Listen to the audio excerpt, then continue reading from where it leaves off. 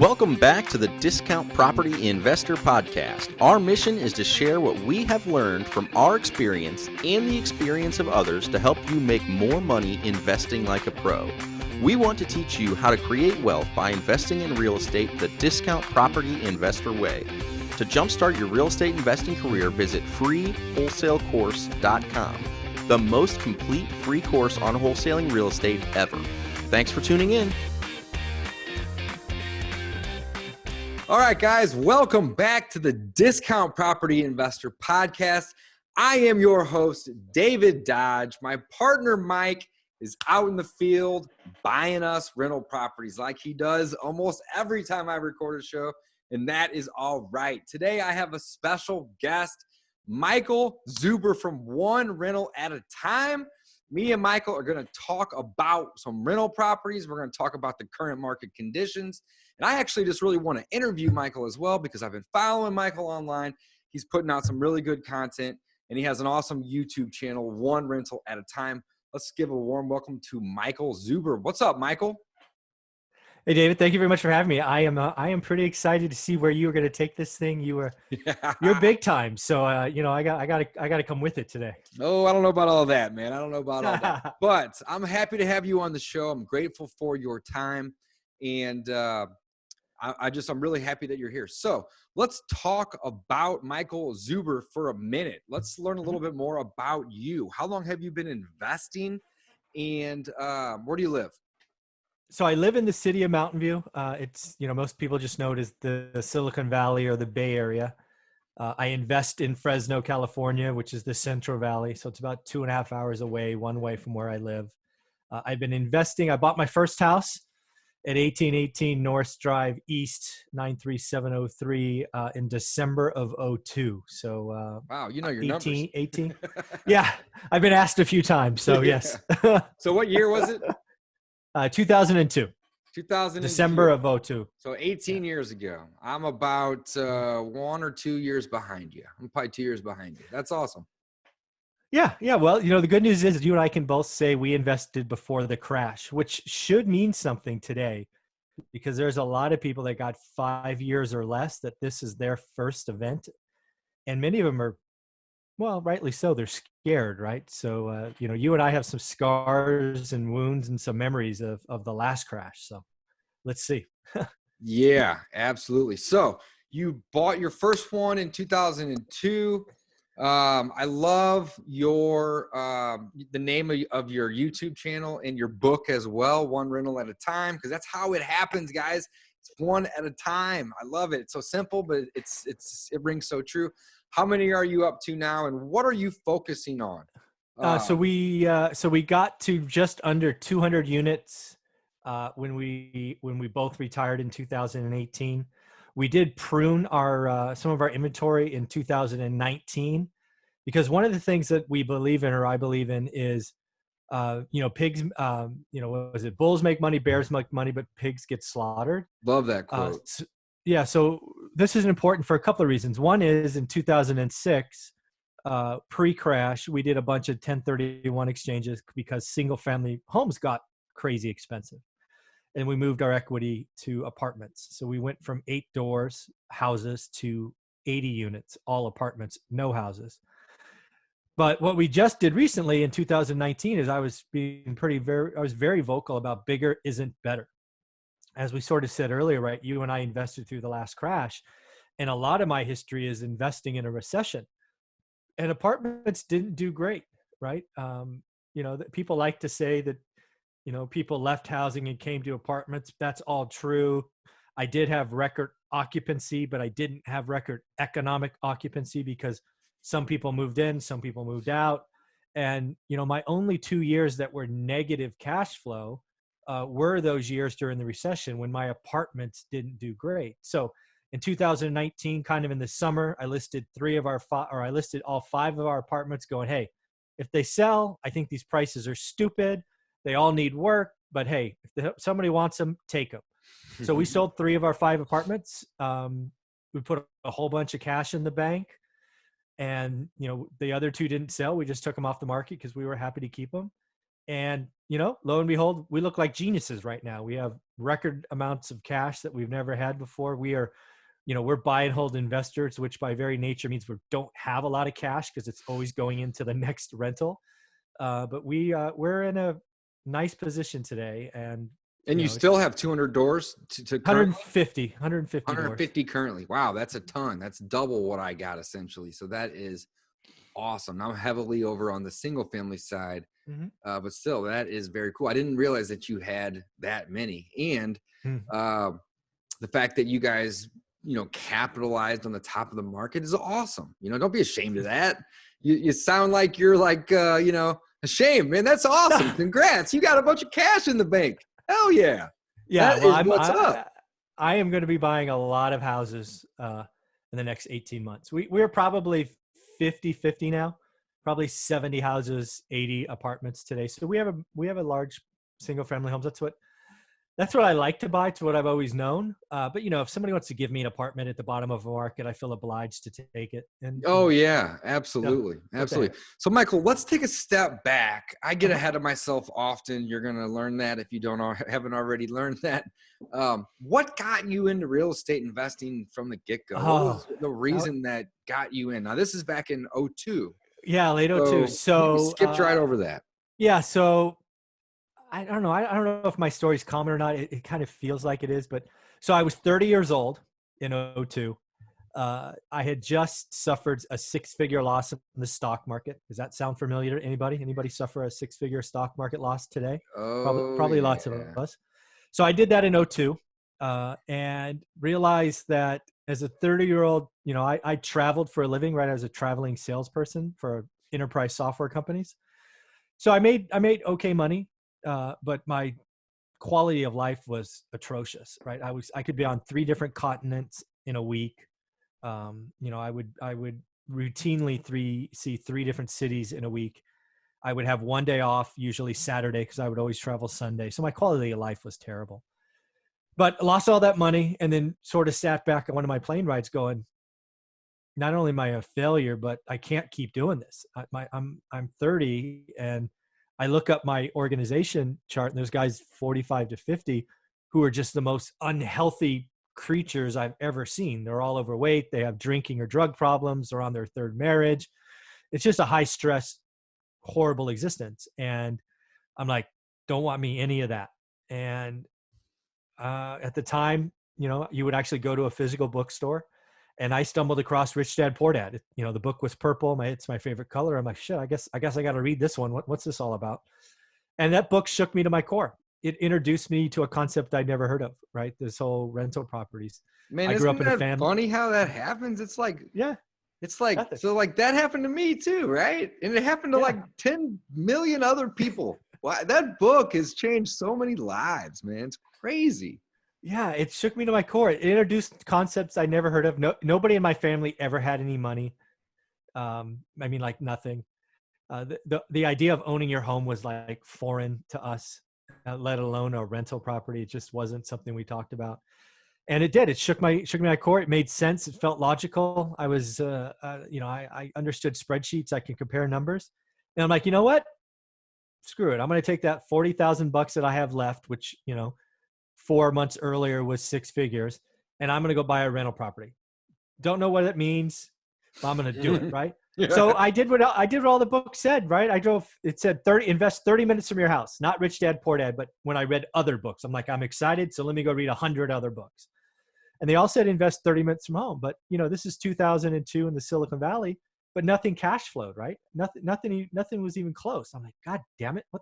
Robert Kiyosaki, you're lying to me. It's the worst market ever. New York or that, right? Exactly, right? I was like, God damn. So I remember the day vividly. The wife and I pulled out a California map, and we started drawing circles around where we live.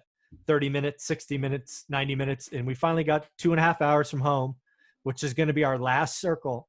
And we hit Fresno, California. I'm like, you ever been to Fresno? No. You ever been to Fresno? No. I'm like, well, looks like we can buy $100,000 house and it'll rent for $1,000. I'm like, damn it, we're buying something. So, yeah, boom, there you go. Yeah, didn't know anything. We had a friend of a friend that we kind of knew. We looked at one house and we bought it. I mean, that was the extent of our research because I had felt like we'd been looking for a year already. Man, I'm glad that we backed up and talked about this. This is great. Yeah. Jumped right in. I love that. Awesome. Yeah. Yeah. So that's what we did. We ended up buying a house. It turns out the story doesn't get better from there, unfortunately. But that's how we started. And, that first house is an eventful story because we did everything right? We hired a property manager. They did credit checks, reference checks, income, criminal records, all that stuff you're supposed to do, they did. But unfortunately, that couple got a divorce. The first month they were in my place, and the wife took off, and the husband became a functioning alcoholic and stopped going to work, and then destroyed our place. So in California, that meant he had about 3 months of free rent. And when we finally got him out, we had a bill for $1,000 for the attorney and a $15,000 repair bill. So we got first month, we got deposit, and that's all we got for the first 6 months. And then we got a nice $15,000 kicker at the end of that. So not fun for the first month. Man, that's terrible because that's happened to me before too, right? But, average it out over, 75, 80 doors, give or take. Not a big deal. But on the first one, man, shit. All right. So what happens next? So I remember just replaying all the mistakes we made in the stock market and going, shit, there's another one. We can't do it. We're jinxed. All these negative thoughts going through your mind, right? And Olivia, who's my wife, goes, when we drove down there and saw it again, she's like, well, cost of doing business. This was always possible. Let's do it again. I'm like, what do you mean? Let's do it Damn. again? So your wife was like, down. Yeah. She was down. Yeah. All right. Hey, let's fail go forward, fail fast, fail forward. Boom. I like that. Yeah. You'd like her. And then it got better from there. The good news is we've had thousands of tenants now over almost 20 years. I have 2 stories like that. It does suck that it happened on our first one, but it doesn't happen very often, but it certainly did. But yeah, I just know telling that story, I do it for 2 reasons. One, it's what happened. But 2, I got to remind people that bad stuff happens. When you're a landlord, bad stuff happens. Yeah, people will lie, they'll steal, shit'll break. It'll happen. So. It does happen, man. Absolutely. And I like that you keep it real because, everybody wants to talk about the bright side of the business all the time. And they don't ever want to talk about, the shit that happens to them or to their houses or to the business, and stuff does happen. So absolutely. That's really cool. So boom, man, you have been doing this since 2002. You hated your job. You realized that, time and health is more important. Mm-hmm. You guys jumped in. That's phenomenal. That was, 18 years back. At this point, you got about 150 units and a boatload of cash in the bank. That was up. And then you had mentioned that you had done 46, 50 flips 46. Over the last 2 years. Yeah, so I never did any. So I never did any flips while I was working. Right, I was as I said earlier. What kind of flips? So what I call them, I don't know what they're called in the industry, but what I call them is pride of ownership. So I buy a slumlord property, which is just a total junker. Think 3 bedroom. Always rented? Well, they always have tenants. Saying they're rented might be a stretch. I buy lots of stuff. You're basically buying them with people living in them, though. Yeah, most of the time. Yes, most of the time there's somebody there. Most of the time they're not paying. Most of the time I'm buying from a frustrated landlord or even an owner. I probably bought half a dozen from grandparents who have grandkids living in there that aren't paying. There's all kinds of stuff that can happen in real estate. So they're often occupied. You do cash for keys or you do a physical eviction, all of that stuff. But they're just disgusting. They're nothing. Often they are nothing that people should be living in. They're that bad. Where do you find these properties? Wholesalers. The last couple of years, they've been wholesalers. I would say of the 46 that we've completed, 30 to 35 were from wholesalers. The other 10 to 12 were just out of the multiple listing service or from people in my network saying, hey, this one's a dog. I can't put it in the MLS. Can you buy it? Because when you're known as a producer and you've bought through the last cycle, people trust you, which is important. I think my reputation is I treat it as gold out there. So yeah, I mean, there was a whole bunch of wholesalers, lots of young guys hunting, doing door knocking, texting, cold calling. It's Now, nothing that you I live in want the to do. Bay Area, and Mhm. you do your investing in Fresno. Now, is this just the rentals or the flips too? Everything's in Fresno. So you do all your investing there. Mm-hmm. Very cool. 100%. Yep. So you already have maintenance guys. Oh yeah. So Yeah. it's like you might as well put them on a project when they're not doing calls, because you know how it is with the calls. I mean, they come in waves. Why? I don't know, but it's like you don't get one for 4 days and then you get 12 of them. It's like, what in the world? Exactly. Unbelievable, So Yeah. when they're not doing, the calls and the maintenance and the upkeep, they're working on projects. So I would imagine that's how it works, right? Because that's how we do. Yeah, it's certainly how it started. I would tell you now, we actually, there's one team that we have designated to doing flips, but when there's a big remodel, they stop the flip and go back and do it, right? If it's just paint and carpet, I'll let someone else do it. They might be 50 or $100 more expensive, but I don't want my team off the flips. But like when I had a roof leak, because it rains out here, we had a roof go out the other day. So instead of spending 10 grand, I have my guys come in for 6,500. You're right. Like, okay, stop the flip, go do the roof, then come right. back. No, that's how it works similar too. Yeah, I like that. Okay, so 46 flips in the last 2 years. I mean, that's impressive in itself.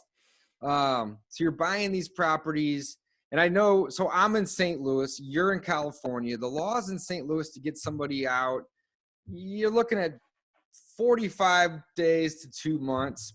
But typically, you can get them out with cash for keys. Or other routes, but not always. But California is like double that, right? Maybe triple even in some scenarios. No. If you do it, so again, the good news is about having the big rental portfolios. You have just all the procedures in place, because even if I buy a flip, I buy it and stick it in the portfolio, so it gets all the same rules. It has the same attorneys ready to do evictions, and you got the systems in place already. It just doesn't matter. Plop it into the system. Where's it at in the model? Oh, it needs this and this. Okay, then boom, boom, boom. Got it. So you guys I would time like most people in the proceeding process, because it's all lined out in the system already. I love that. Yeah, we usually have a decision in 48 hours. And again, I don't do any of this. To say this stuff is crazy. Somebody on my team will visit that tenant within the first 48 hours, where we will get our feel. How easy are they going to be get out? Will they take half a month's rent? Sometimes if my team's ready to go, I will offer them the full fee of the eviction, which is almost $1,000. Right. If you get out tomorrow, if you're going to get out tomorrow or Friday, you get $950. Most people will take that. The longest eviction we had, I think, was 62 days or 63 days. It happens. So it's just in the process. You got this down then, because I've heard people that saying that, like in California, and maybe it's just some areas, but you're talking like 6-8 months to get people out. We have some areas in California that are very, very tenant friendly. Typically, Oakland, California is set out as the highest one. And you can have some professional tenants, as I call them, stick you for a year. Wow. Yeah, man. I won't invest there. One of my buddies, Kyle, he's in my mastermind. He lives in Laguna Beach, I think, and he was saying that in that area it's like a year. Yeah, I don't. No, I don't play there. That's too long. That is crazy, man. That's crazy. So you guys get them. You get them cheap. You're buying direct from the seller or from the wholesaler. Sometimes the MLS. I love it. You're buying properties that are problem properties, so you're dealing with motivated sellers. Some of these are habitable, some of them aren't. Doesn't matter. You're buying them at a discount, and then you're flipping them. So you're doing rehabs, and then are you selling MLS retail? No. Or are you selling them to investors, or what's the exit strategy, and how's that? Yeah, work? the exit's pretty cool. I'm sure there are other people doing it. I think it's cool. So I call it taking a slumlord and turning it into a pride of ownership rental. So let's just use some numbers, right? So I buy a house for $80,000. I spend $40,000 and I do everything. Everything's this. One of the things I do is everything's the same. The paint color's the same. The flooring's the same. Cabinets, countertops, it's all same, right? Right. The only decision is the kitchen layout, right? Because just some kitchens are laid out different. But other than that, it's always the same. And that's why it's so easy to do. You could take leftover supplies from one project to the next, and it just keeps on rolling. And then, I put in a tenant. So another thing I do is I sell them occupied. I just keep them in my system. because I want to be able to sell it with a signed lease and property management already in place. I know there's lots of turnkey providers out there that sell them vacant and promise some rent level. Not me. I actually get a signed lease. I like it. What I do, but you gave them another step too, though, man. You give them a signed lease with management in place. Is that a company you own, the management company, or no? Nope. I want no affiliation. They can take the. Yes, that can go either way. Will. But I like the fact, because I didn't want to overspeak, right? But I like the fact that you don't, because then it's like, listen, I'm using them. They're managing my properties, right? Yeah. And it's in place. If you want to take it elsewhere, go for it. But it's already here. Right. No relationship, no incentive. Don't make $1. Don't get a discount. Nothing. Yeah. If you want to use it, great. But what I do, the reason I want to sell it occupied is I've been talking for 2 years now in my real estate channel, one rental at a time, about understanding what a bad, average, good, or great deal is. And what I always tell people that buy my stuff is they're always going to get a good deal. Right? I don't promise great deals, but I promise they're going to be better than average. And I only could do that if I can calculate the yield or the return the house provides. And you can't do that unless you have a signed lease. It's hocus pocus, right? It's empty Excel. That is so true. That is so true. So I sell it. I won't even open escrow until we have a signed lease. And so then are you listing these on the MLS as Nope. rented, or where do you take them to? 46 properties sold. Thankfully, I've had everyone sold before they were completed in the repair process. I sold probably 15 or so to my personal network, but the other 30 or so have come through my real estate channel, one rental at a time on YouTube. YouTube has brought me, I don't know, probably 18 or 19 different buyers, many of them buying more than one. Wow. I have not heard that yet. Something new every day, guys. That is cool, man. And I know that YouTube channel has been blowing up lately, man. I saw you did a video the other day, and it was per hour. We're like crazy. I'm like, damn, what's he doing over there? Yeah, consistency pays off. I've been doing original content on YouTube every day for the better part of a year. And again, right, I don't work. So I usually get 2 or 3 videos up by 9 a.m. Pacific. Yeah, it's over 6,000 subscribers now. And, but again, the YouTube channel for me is fun. It's entertaining. We do all kinds of things, but there is no question. It has produced probably $3 million in sales, all from landlords, all from most people will read my book first. I have found, right. They'll get it on Amazon or Audible. Then they check me out on YouTube. Then they kind of figure out what I'm doing. They're like, oh, I get this. What's a bad, average, good, or great deal? I get it. They understand how to compare deals, because I've been saying for a long time, apartments are grossly overpriced. Buy houses. That was my message for 2019. And then I was telling people, you know what? I'm not only telling you this, I'm doing it, right? Here's an apartment I sold, and here's another one I sold. And houses are better investments. And I think there'll be better investments for 2 or 3 more years. And I'm going to buy a lot of houses. So yeah, it's been great. I haven't had to list an MLS. I haven't had a property not sell before it was finished. So it's, I'm lucky. I got 2 more in escrow now that should close in the next 4 to 5 weeks. And that will be, that'll complete 48 when those 2 finish. Man, cheers to you and cheers to YouTube for making this thing all possible. So you're putting out a video a day? Probably 3 videos a day. Yeah. What? 3 videos a day, guys. Head on over and check out Michael at one rental at a time. His YouTube is off the chain. Sometimes 3 videos a day. This guy is just filled with value. Wow. So Michael, thank you. What is next? What's next? I mean, right now, happy 420. It's April 20th today. You know, we're in the middle of the pandemic right now. Yeah. This episode will probably publish in a week and a half to 2 weeks. And we'll still be in this pandemic. So that's irrelevant, right? So what's next? Well, I've been very clear what I think is next. I think single family homes in most of the markets are going to go on sale. I do think there are some markets that are going to get crushed. Some markets, and let's just name them. It will be New York. It will be the Bay Area. It will be LA. It will be Las Vegas, are going to crash. And I say crash on purpose because they'll probably fall 40%.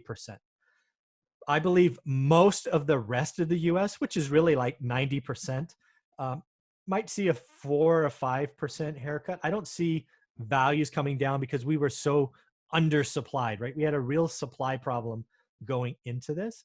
But that said, there will be some markets that are just materially affected, i.e. Vegas won't be Vegas for a decade.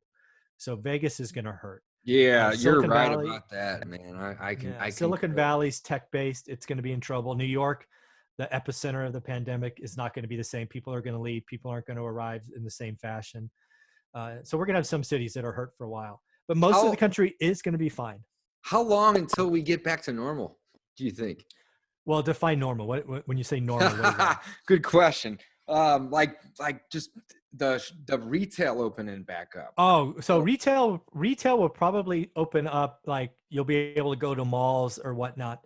My guess is sometime late May or June in I'm most of thinking the early country. June too. That's kind of where I'm at. Yeah. But New York will probably be done until August. Yeah, just because there's so many people so close together. Yeah, see that's the problem. That's another thing that's kind of crazy, Michael, is that every city is its own thing, right? Yeah. So like, one area could have this crazy rate of cases going up, and others, it's just crazy. So like having everything get back, I mean, that's going to be a really long time. Like you said, August, maybe even later than that. Yeah, this I feel for New York, that Boston area, that little hot spot is, it might be a year before that is back to normal, right? I mean, when are you going to go to a Broadway play again? 2021. Seriously. I mean, when are you going to go to a Broadway play again? I mean, I've been to several. They're wonderful. Yeah. But I wouldn't imagine sitting in a room full of, 500, 1,000 people anytime soon. Me neither. So, hey, I want to talk about the dry powder that you're saved up right now. You just mentioned earlier that you got a lot of powder. I love it. I think it's great.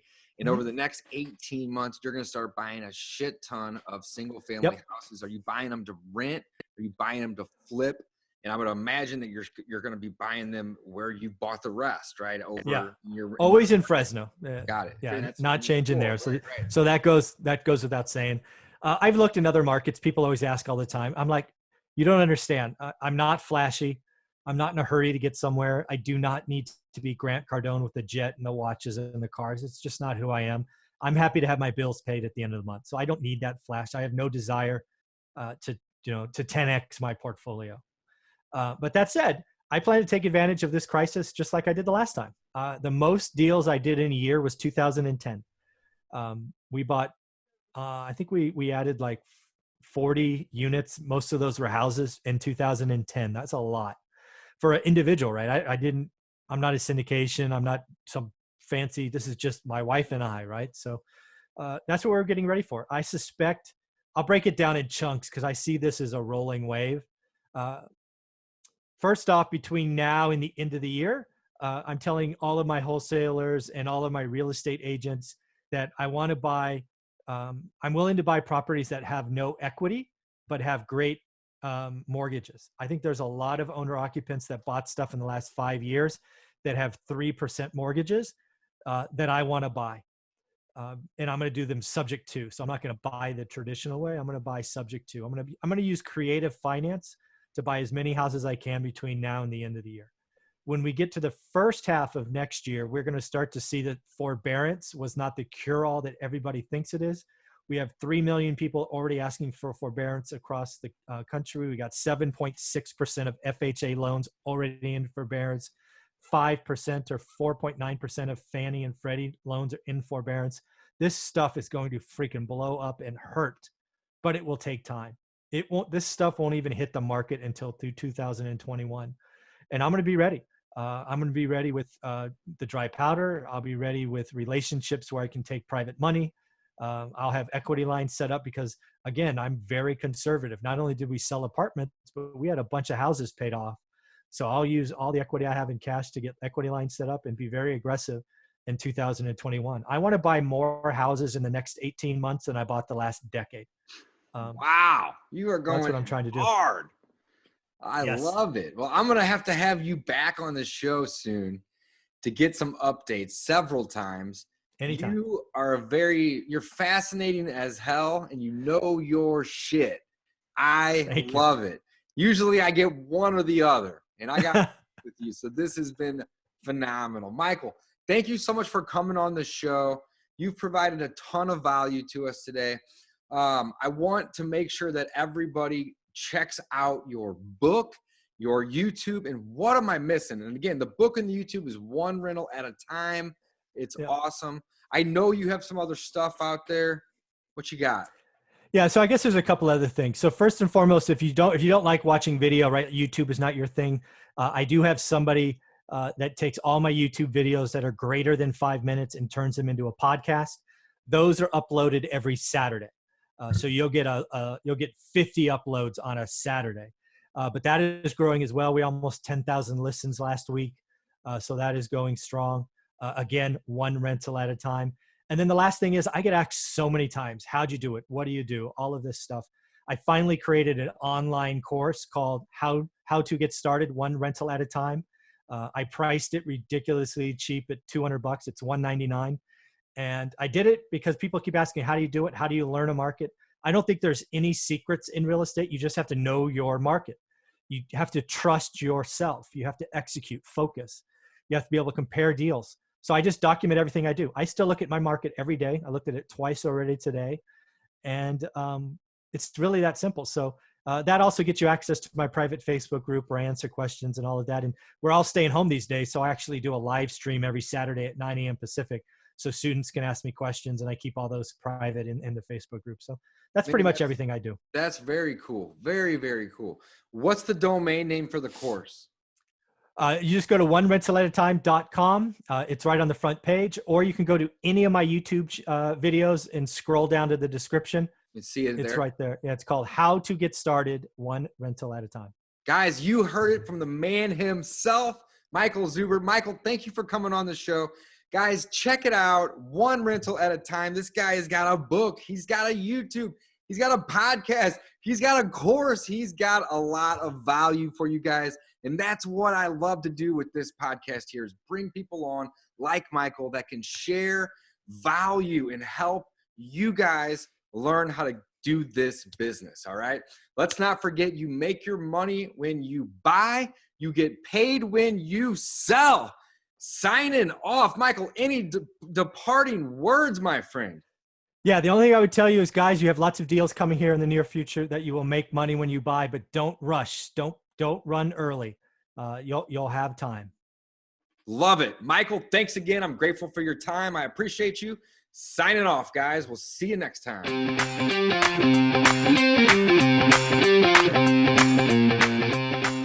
Thanks for listening to the Discount Property Investor Podcast. If you enjoyed this episode, please like, share, and subscribe to help us reach a wider audience. To jumpstart your real estate investing career, please visit freewholesalecourse.com, the most complete free course on wholesaling real estate ever. We would also appreciate it if you left us a review on iTunes or Stitcher. Thank you in advance for your support, and remember, you make your money when you buy, and you get paid when you sell. Now let's go build some wealth.